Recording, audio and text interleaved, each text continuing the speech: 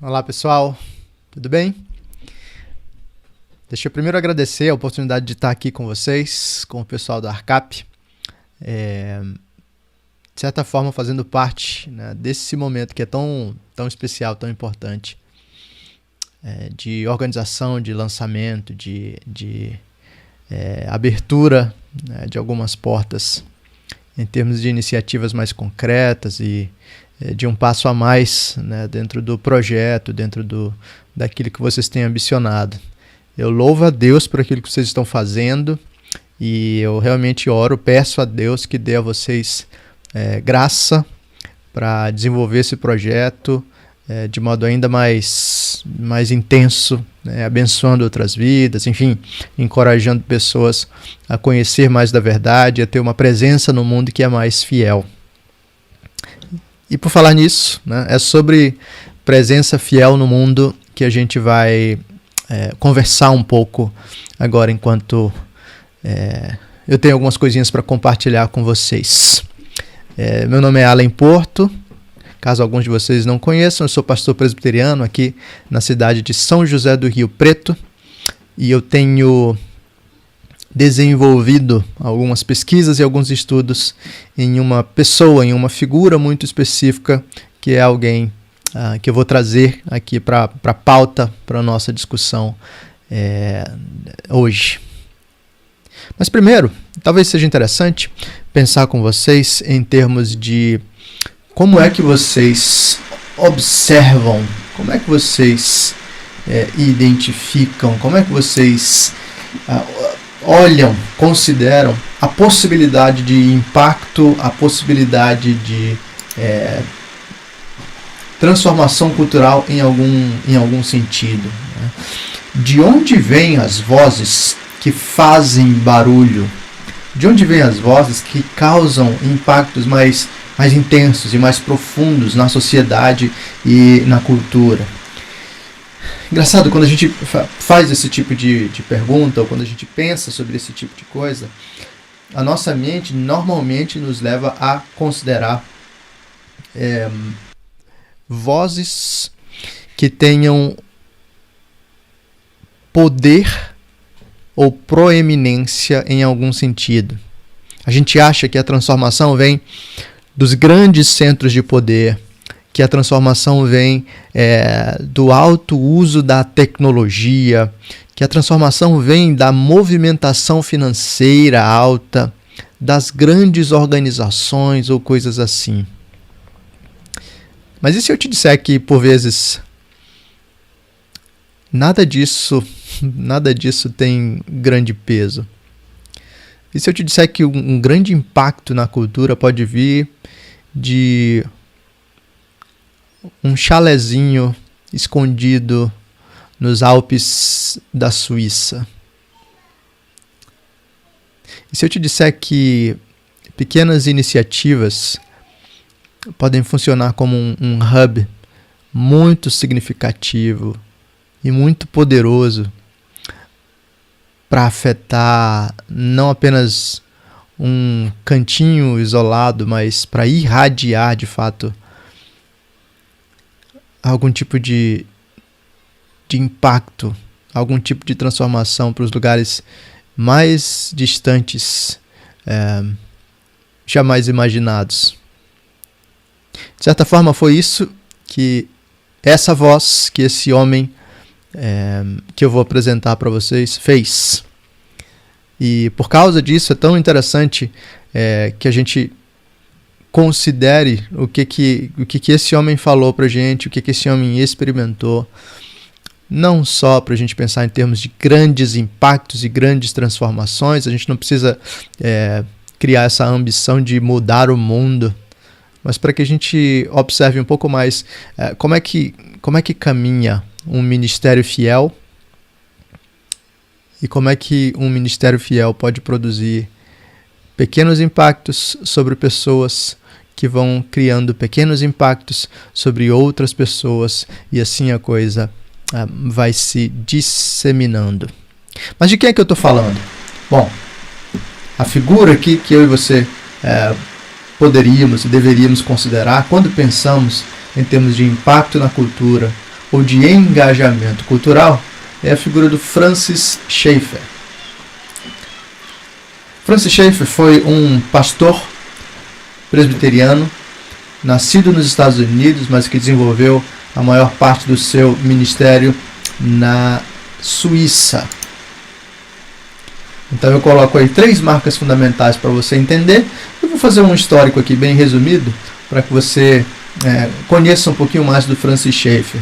Provavelmente, se você está participando aqui desse encontro, você já tem alguma noção, você já ouviu falar do Francis Schaeffer, você pelo menos, né, já considerou alguma coisinha dele, mas ainda assim vale a pena ter alguma noção dessa história de vida dele. Bom, Schaeffer nasceu em 1912 nos Estados Unidos, em uma cidade chamada Germantown, na Pensilvânia. E o Schaeffer teve um tipo de criação bastante simples. Os seus pais não eram muito dados a esse tipo de vida intelectual e por isso ele não teve muito estímulo para isso. Na verdade, foi o contrário, né? Ele tinha dificuldades como dislexia e outras coisas que poderiam ter prejudicado bastante o seu desenvolvimento e o seu desempenho. Mas o fato é que Deus conduziu as coisas de um modo especial.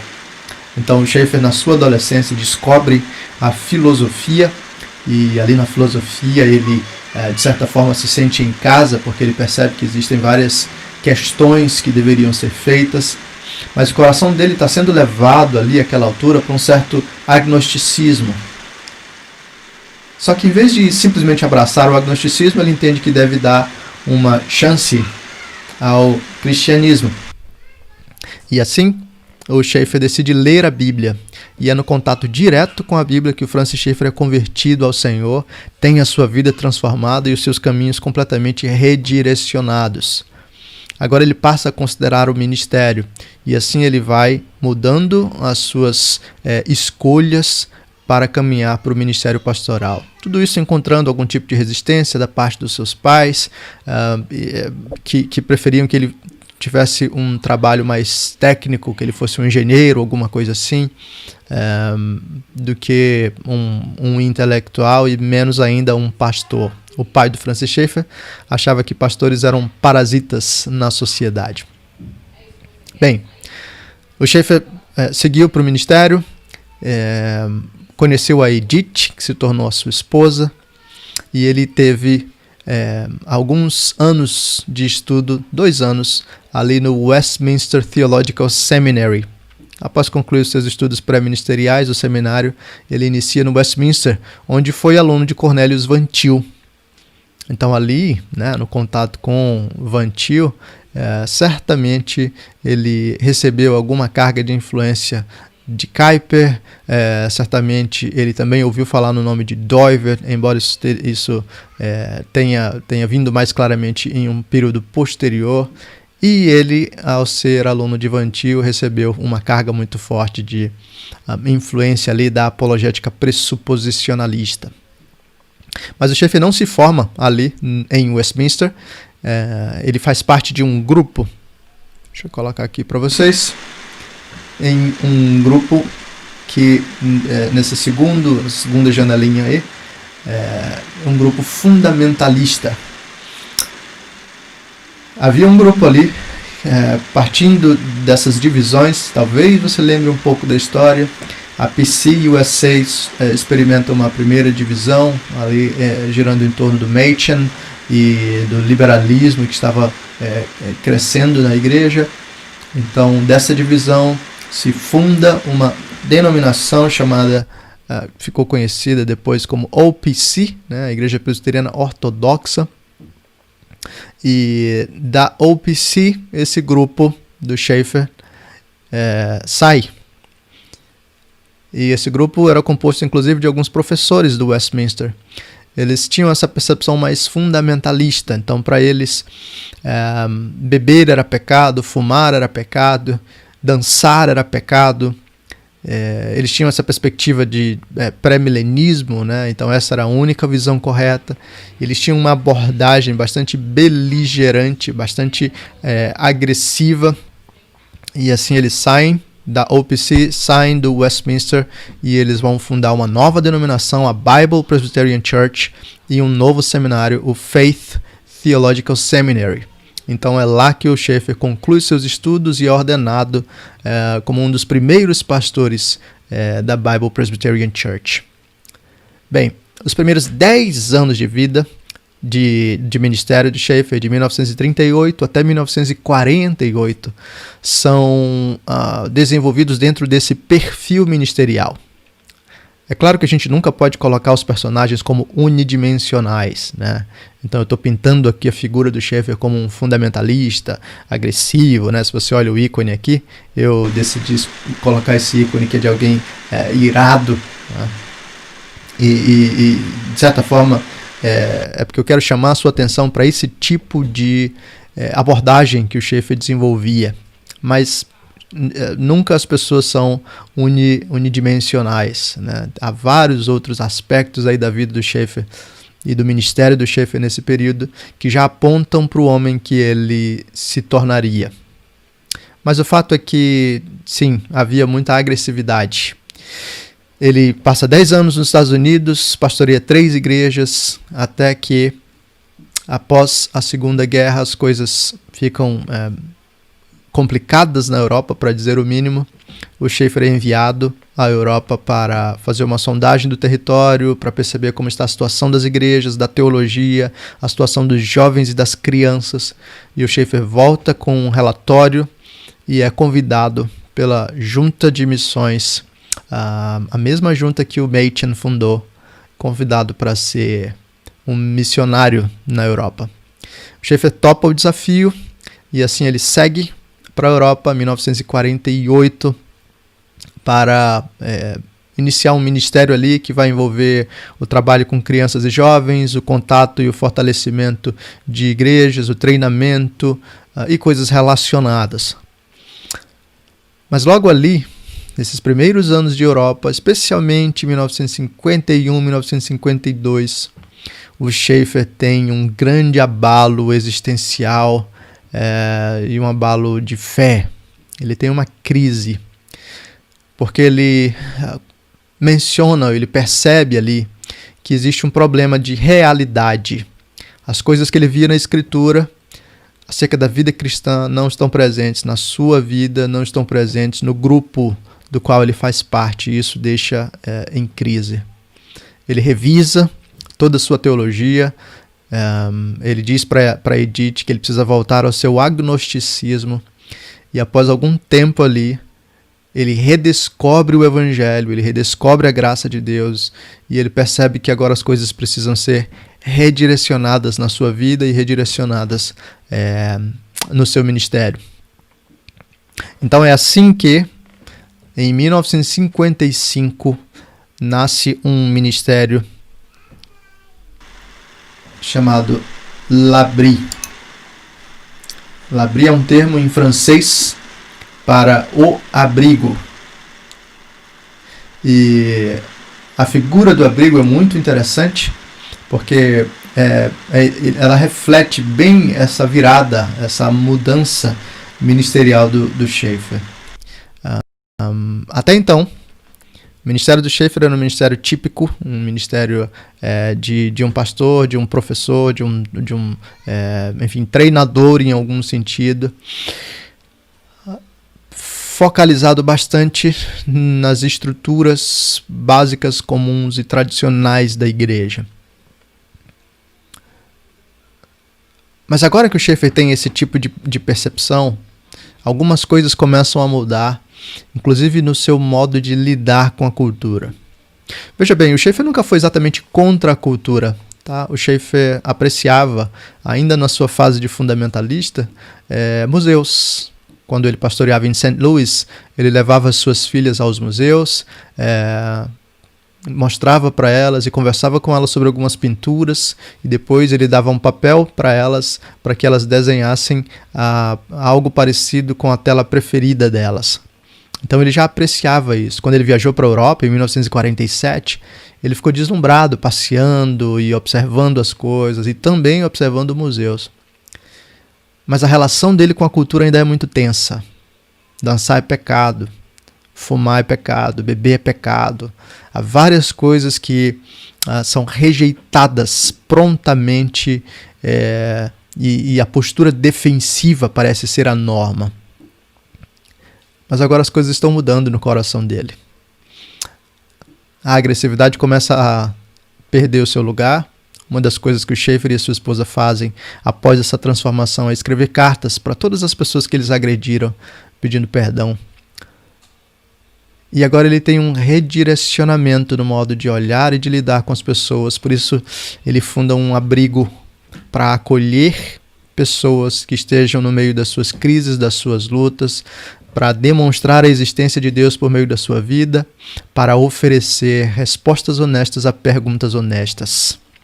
O L'Abri é basicamente o chalé do Schaeffer na Suíça, que começa a receber inicialmente os amigos da sua filha, os amigos universitários da sua filha, que têm perguntas existenciais, receber garotas de uma escola, de um internato ali perto, que também tem questões acerca da sua própria vida, dos seus caminhos, para receber jovens que estão vindo desse pós-guerra completamente confusos, jovens que estão abraçando o existencialismo, as filosofias orientais, jovens que estão lidando com questões ambientais, jovens que estão lutando com a sua identidade sexual, enfim, jovens que estão experimentando drogas e todo tipo de coisa.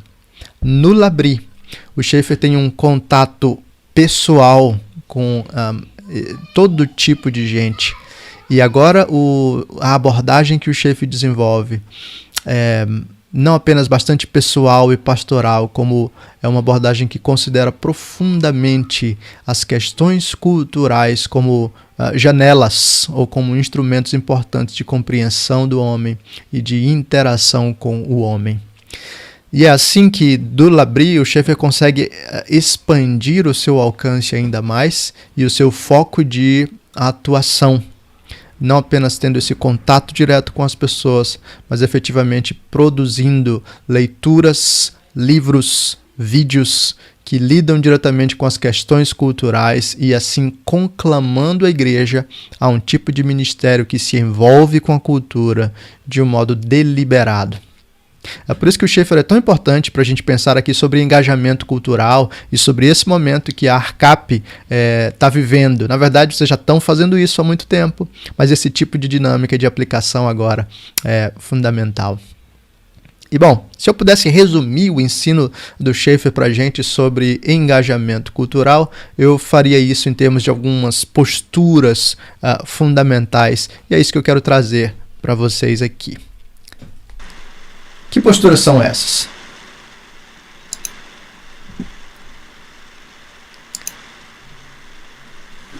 Esse aí é o Francis Schaeffer. Você dá uma olhadinha aí na barbicha, no cabelo. A estética dele é uma estética pelo menos um pouquinho diferente, né? E a abordagem dele vai ser também diferente, encorajadora para a gente em algum sentido. Vamos lá.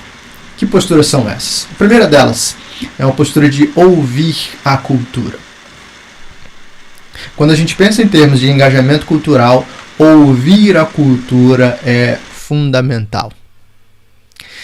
Veja só, isso pode parecer muito básico, isso pode parecer muito elementar, mas o fato é que muitos de nós não têm abertura para ouvir o que a cultura está dizendo. Muitos de nós vivem desatentos no mundo. Muitos de nós adotam uma daquelas duas posturas que o Brian Godawa descreve no seu livro Cinema e Fé Cristã. Alguns de nós adotam uma postura de glutonaria cultural. E assim simplesmente absorvem, recebem tudo aquilo que é trazido pela cultura sem nenhum tipo de filtro, sem nenhum tipo de discernimento, sem nenhum tipo de atenção. Outros vão para o outro extremo e passam a rejeitar tudo aquilo que a cultura traz. Então essa é aquela postura de anorexia cultural. Nada é assimilado, nada é recebido, nada é discernido de algum modo. Então, quando você tem essas duas posturas extremas, de receber tudo ou de rejeitar tudo, dificilmente você tem uma postura mais equilibrada de ouvir e de tentar entender aquilo que está sendo dito. Mas se existe uma coisa que o Schaeffer nos ensina a fazer, é exercer esse aspecto primeiro de ouvir a cultura.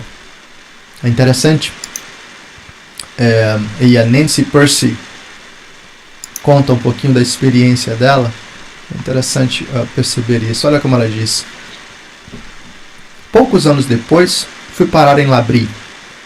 Fiquei fascinada pelo lugar. Foi a primeira vez que encontrei cristãos que de fato respondiam às minhas perguntas. O próprio Schaeffer costumava chocar as pessoas com a sua aparência um tanto quanto estranha, de cavanhaque e bermuda tipicamente suíça. Mas quando abria a boca e falava, as pessoas ficavam pasmadas. Tratava-se de um cristão falando sobre a filosofia moderna, citando os existencialistas, analisando temas de cosmovisão nas letras de Led Zeppelin, explicando a música de John Cage e as pinturas de Jackson Pollock. E não nos esqueçamos de que era uma época em que os universitários cristãos não tinham permissão de ir ao cinema para assistir aos filmes da Disney. E ali estava ele, discutindo filmes de Bergman e Fellini. Você consegue prestar atenção nisso? A Nancy Pearcey contando essa história lembra bem um desses episódios lá, isso em 1968, quando o Schaeffer foi fazer algumas palestras nos Estados Unidos, e ele foi lá para Wheaton College, uma universidade cristã.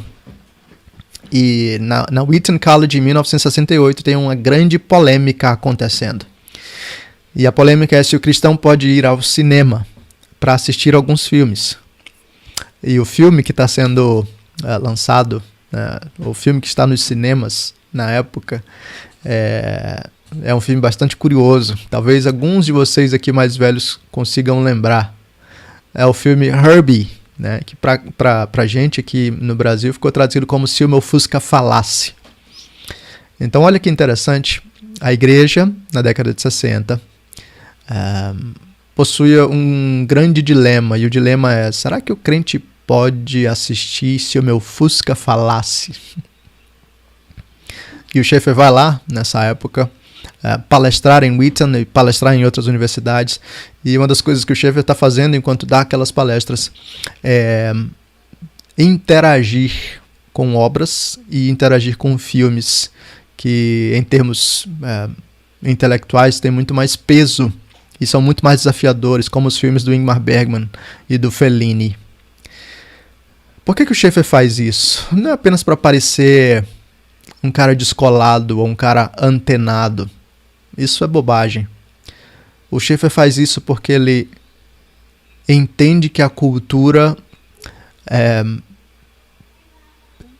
traz uma dimensão de revelação para a gente. A primeira coisa que o Schaeffer nos ensina nesse sentido de ouvir a cultura é que nós precisamos levar a cultura a sério. E aqui é interessante porque nós, como cristãos, muitas vezes desconsideramos essas coisas. Mas nós precisamos levar a cultura a sério por causa dessa dimensão de revelação. Pelo menos duas coisas acontecem aí. A cultura revela para nós onde está o nosso coração, porque muitas das expressões e dos bens culturais apontam para aquilo que nós valorizamos, apreciamos, para aquilo que nós consideramos, e não apenas para o nosso, em termos mais pessoais, a gente se olhar no espelho da cultura, mas ela acaba revelando caminhos da sociedade, caminhos dos homens que Deus colocou diante de nós. Interagir com a cultura, ouvir a cultura, não é simplesmente um esforço para parecer alguém antenado, mas é um esforço para levar a sério e tentar entender, discernir as pessoas que Deus tem colocado diante de nós, para que nós as sirvamos, ministremos a ela e efetivamente tenhamos alguma ação mais concreta no mundo e na sociedade e na cultura. A cultura vai revelar para a gente, os bens culturais vão revelar, ou pelo menos apontar para a gente aspectos aí das pressuposições e da cosmovisão das pessoas à nossa volta. Por isso, nós fazemos muito bem em ouvir esse chamado aí do Schaeffer e ouvir a cultura. Há uma segunda postura aí para nós considerarmos. E essa segunda postura é a de amar a cultura.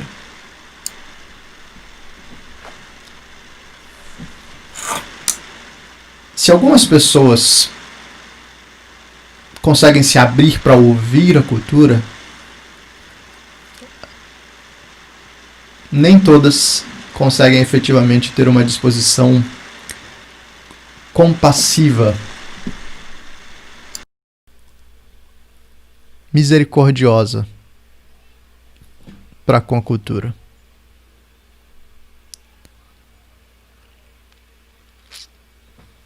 Por exemplo, deixa eu dar mais um exemplo baseado numa citação aqui para vocês. Olha o que o Schaeffer nos diz na Morte da Cidade. Certamente todo cristão deve ter duas reações para com a nossa geração. A primeira é que nós devemos prantear, porque nós assistimos a nossa cultura ser destruída. Não apenas porque os homens individuais estejam perdidos, mas porque nossa cultura inteira está sendo destruída também.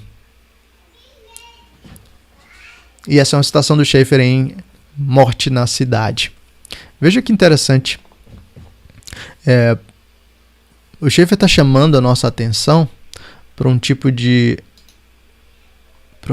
postura que nos diz: nós devemos aprender a chorar. Não basta ouvir a cultura, se quando a gente ouve, tudo que a gente tem para considerar ou responder são piadas, são manifestações de desprezo e de desdém, são até mesmo ataques. Se primeiramente nós não estivermos olhando as expressões da queda e da miséria humana nesses bens culturais, nessas produções culturais à nossa volta, e se primeiramente o nosso coração não estiver disposto a efetivamente chorar pela desgraça, pela miséria, então o nosso exercício é puramente sádico. O nosso exercício é basicamente o envio de mensagens a nós mesmos para reforçar o nosso senso de superioridade. Isso não faz sentido para aqueles que foram chamados por Deus para servir a Deus no mundo. Nós precisamos aprender a ouvir e precisamos aprender a amar. O Schaeffer também nos diz, em um outro trecho, algo muito belo. Olha só, esse é um trecho aqui de Deus que Intervém. E diz: todos esses quadros, poemas e demonstrações de que estivemos falando devem ser tidos como a expressão de pessoas que estão lutando contra o seu terrível estado de perdição. Ousaríamos rir dessas coisas? Ousaríamos nos sentir superiores quando observamos essas expressões de almas torturadas em forma de arte? Os cristãos deveriam parar de rir e passar a levar essas pessoas mais a sério. Somente então teremos conquistado o direito de dirigir a palavra à nossa geração novamente. Essas pessoas estão morrendo enquanto vivem. Ainda assim, onde está a sua compaixão para com elas? Não há nada mais horrível do que uma ortodoxia cristã desprovida de qualquer tipo de compreensão ou de compaixão. Eu não sei o quanto isso fala com você, mas eu sei que nós cristãos somos mestres em simplesmente fazer piadas com a degradação moral das pessoas e dos bens culturais produzidos à nossa volta. Nós olhamos para o sertanejo universitário, olhamos para o funk, e muitas vezes nós só sabemos sorrir. Nós olhamos para a arte contemporânea e tudo que a gente tem para dizer isso parece um vômito, ou o meu filho pequeno faria melhor. Mas algo que o Schaeffer está apontando para a gente é: se você realmente aprender a ouvir a cultura, você vai perceber que esse é o grito e a expressão de almas atormentadas. E com isso, a sua primeira reação não seria as piadas, o sorriso, o desdém. Você está disposto a amar, você está disposto a chorar pelas almas atormentadas que agora mesmo levantam a voz na cultura para produzir, por meio de gestos de vandalismo, colocar para fora toda a angústia do seu coração e toda a sua confusão em termos de imaturidade emocional. Almas que buscam justificação para a sua vida, para o seu coração, por meio de um moralismo que no fim das contas é ditatorial e destrutivo. Você consegue chorar por essas coisas? O Schaeffer nos ensina a ouvir, ele nos ensina a amar, e ele também nos convida a falar a cultura. Porque é preciso dar um passo além, não apenas ouvindo, não apenas chorando, mas também falando. Talvez você lembre do caso recente aqui, de uma garota de 10 anos abusada sexualmente, de toda a polêmica que se deu em torno de pelo menos 2 grupos, um defendendo o aborto, o outro condenando o aborto. E talvez no meio desse cenário, nós cristãos sejamos chamados para ouvir, discernir o que está acontecendo, chorar, observando toda a miséria da cena. Não há resposta fácil, não há nenhuma resposta que não traga angústia e dor, mas chega o momento em que nós precisamos falar alguma coisa. Chega o momento em que nós precisamos chamar os homens ao arrependimento ou oferecer conforto e alternativa cristã do Evangelho. E assim, o Schaeffer nos convida a levantar a nossa voz na cultura. Ele nos diz na Morte na Cidade: se nós somos cristãos e não temos sobre nós o chamado para responder à perdição do perdido e uma compaixão para com aqueles da nossa espécie para essa vida e para a eternidade, a nossa ortodoxia é feia. E é feia na presença de qualquer pessoa que é honesta.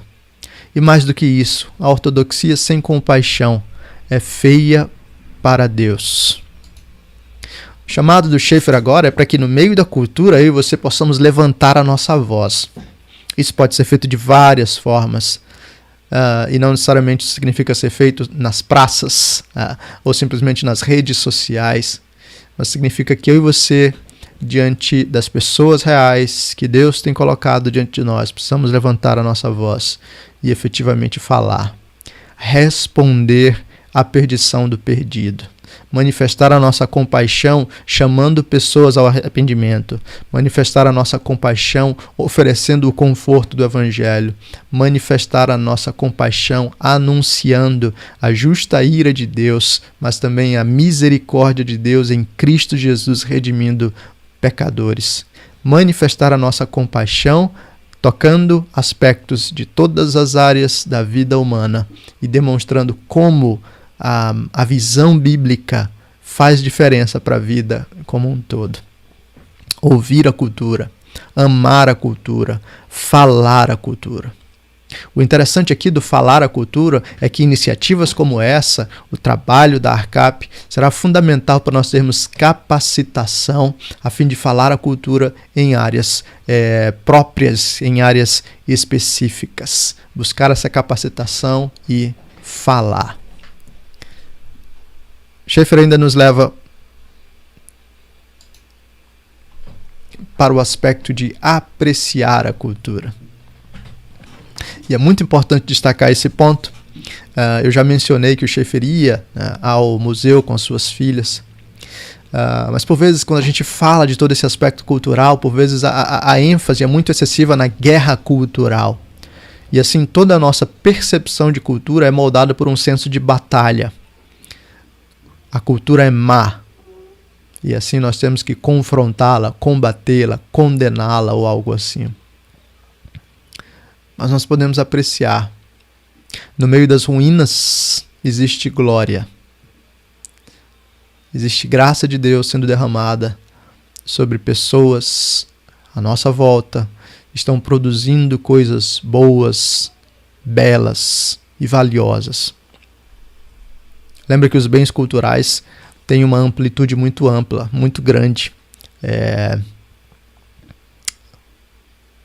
O restaurante que você vai, com aquele prato tão gostoso que você aprecia, ou, enfim, aquele sanduíche artesanal, né?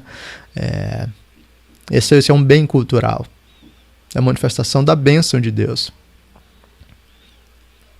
Músicas, livros. E eu achei muito legal que a ARCAP, antes de se tornar ARCAP, né, já tenha feito encontros tocando essa dimensão da literatura. O cinema, a música, o teatro, a tecnologia em diversos níveis, o desenvolvimento da ciência, o conhecimento em vários aspectos. Tudo isso são aspectos para nós apreciarmos da vida cultural, instrumentos da graça de Deus no mundo. O Schaeffer, no livro Como Viveremos, nos conta um pouquinho da sua própria experiência de apreciação. Ele fala meio de passagem, né, mas vale a pena destacar aqui. Ele diz: eu amo Avanches. Ela tem algumas das minhas ruínas romanas favoritas, localizadas ao norte dos Alpes. Essa é uma pequena cidade, ou uma vila, que expressava ali, que tinha ruínas do Império Romano, e o Schaeffer ia lá e gostava de observar, apreciar aquilo que havia sido feito. Eu e você não precisamos apenas rejeitar, denunciar ou condenar as coisas da cultura, mas podemos nos alegrar com bênçãos de Deus derramadas entre a produção cultural dos nossos dias também. Não só de eras passadas, dos nossos dias também. Amar, ouvir, amar, falar, apreciar. E finalmente, produzir. Somos chamados para produzir cultura. Essa crítica ficou talvez mais claramente definida bem depois do Schaeffer, né? Foi o Andy Crouch, no livro Culture Making, que chamou a nossa atenção para a importância de produzir cultura. Ele fala sobre como nós, especialmente nós reformados ou a turma da cosmovisão, ficou muito concentrada no aspecto de análise cultural. E tudo isso tem o seu lugar, e tudo isso é muito importante. Mas a mera análise cultural não tem o poder de produzir transformação cultural. Porque a análise cultural não oferece alternativas aos bens culturais em si. Então, se tudo que você faz é criticar filmes, peças, livros, quadros, músicas, mas se não existe uma alternativa sendo produzida, filmes melhores, músicas melhores, livros melhores, peças melhores, histórias melhores, então, por mais que você analise, as pessoas continuarão consumindo aquilo que já está produzido. Por isso, o trabalho do cristão não é apenas, no seu engajamento cultural, o de denunciar, o de analisar, o de discutir, mas precisa ser também o de arregaçar as mangas e efetivamente começar a criar, produzir cultura. Bem antes do Andy Crouch, o Schaeffer chamava a nossa atenção tocando o seguinte aspecto. Isso está no Como Viveremos. Enquanto cristãos, não basta só conhecer a cosmovisão correta, a cosmovisão que nos diz a verdade sobre o que existe, mas também agir conscientemente de acordo com aquela visão, de modo a influenciar a sociedade o máximo que pudermos em todas as suas áreas e aspectos, e por toda a nossa vida, na total extensão dos nossos dons individuais e coletivos. Olha que interessante. O chamado do Schaeffer é para nós efetivamente usarmos os nossos dons individuais e os nossos dons coletivos para influenciar a sociedade para a glória de Deus. Nós temos dons e chamados próprios. Alguns aqui são da área do direito, alguns vão enfatizar a ciência política, alguns são da produção da literatura, enfim, seja qual for a área, você pode usar os seus dons individuais e os seus dons coletivos para glorificar a Deus, produzindo bens culturais que vão oferecer às pessoas algo melhor. E por isso, Schaeffer pôde influenciar pessoas das mais diversas áreas. Ele pôde influenciar uma Nancy Pearcey, que vem do campo da música, mas também afeta no campo da ciência. Ele pôde afetar um Richard Winter, que acabou tocando o ponto ou a área da psicologia. Ele foi muito influente sobre pessoas que desenvolveram depois ministérios, como o Ministério a Rocha, para tocar questões ambientais. Ele foi influente sobre artistas, desde a Jane Stuart Mill, Mary Jane Stewart, confusão de nomes aqui, mas que se tornou era uma cantora de ópera. O Schaeffer pôde influenciar pessoas como William Edgar, que se tornou professor de apologética, e ele pôde influenciar o Os Guinness, que se tornou um sociólogo. Enfim, ele pôde influenciar pessoas das mais diversas áreas, para que elas, dentro do uso dos seus dons individuais e dons coletivos, produzissem bens na cultura que afetassem, promovessem algum tipo de transformação. Enfim, Schaeffer nos convida a ouvir a cultura, amar a cultura, falar a cultura, apreciar a cultura e produzir cultura. Quando a gente pensa em engajamento cultural, essas posturas são fundamentais para a gente. E por isso, a pergunta fundamental a partir daqui é: como viveremos? A ARCAP está definindo aí os seus caminhos, né, dando passos muito fundamentais aí, muito importantes para a gente.